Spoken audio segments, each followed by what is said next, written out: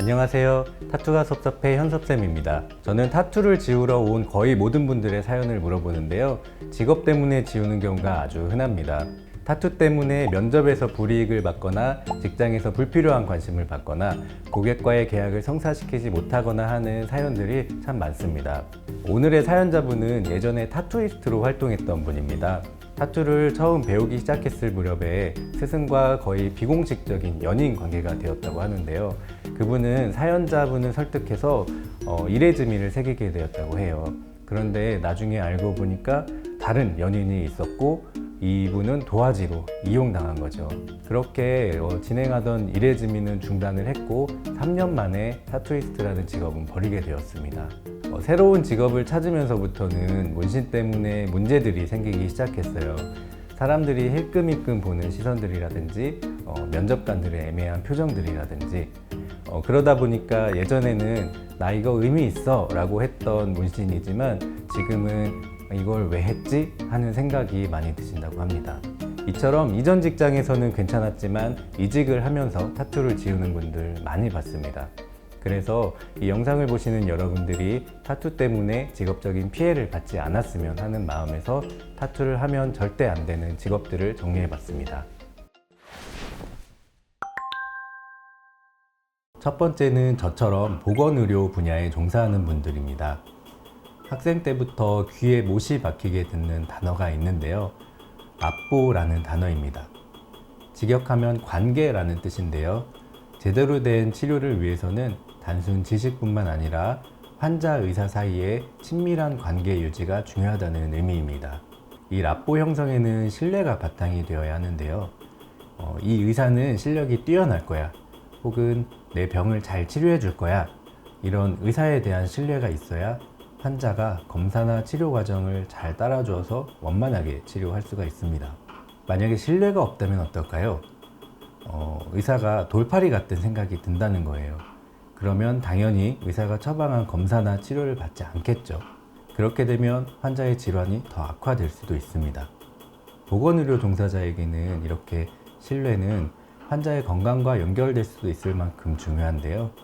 신뢰에 조금이라도 금이 가게 할 수 있는 타투를 굳이 해야 할까요? 보건의료 분야뿐만 아니라 은행원, 변호사 등 대부분의 전문직의 경우에도 타투가 불리하게 작용합니다. 이런 직업들은 전문성이 아주 중요하죠. 내 돈을 맡기는데 뭔가 명을 하나 빼먹을 것 같이 좀 허술해 보이고 소송을 준비 중인데 중요한 서류를 빠뜨릴 것 같고 그러면 내 소중한 돈과 일을 맡길 수가 없겠죠. 이러한 직종의 종사자들은 고객에게 조금이라도 전문성을 어필하기 위해서 옷도 정장만 입잖아요. 이렇게 복장에서부터 자유롭지 못한데 타투는 말할 것도 없겠죠. 세 번째는 대기업입니다. 대기업에 다니시는 분들이 은근히 타투를 지우러 오시는데요.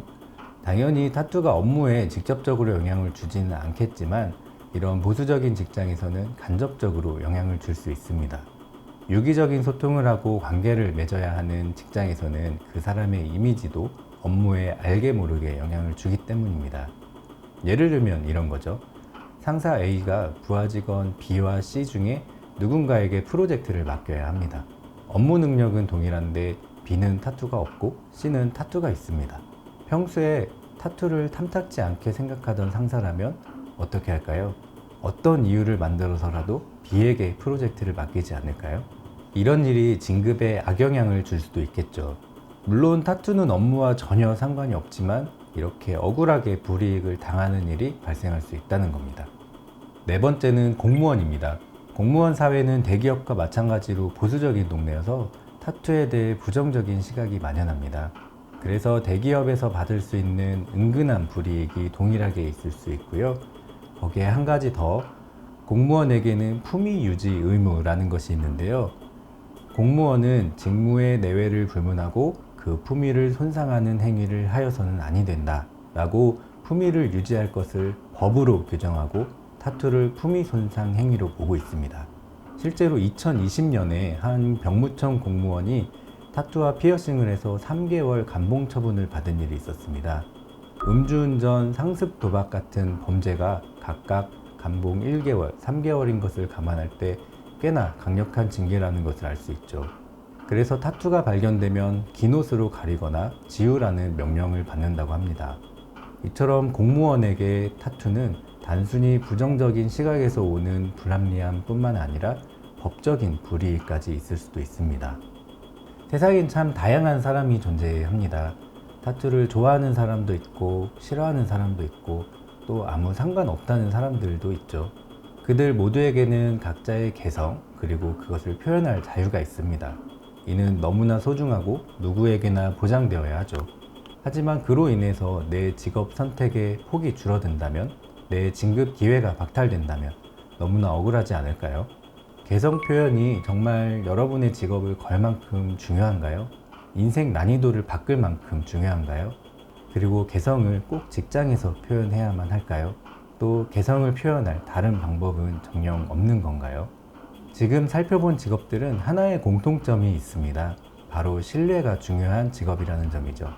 환자 의사 사이의 신뢰, 의뢰자 변호사 사이의 신뢰, 혹은 직장 동료 사이의 신뢰 같은 것 말이에요.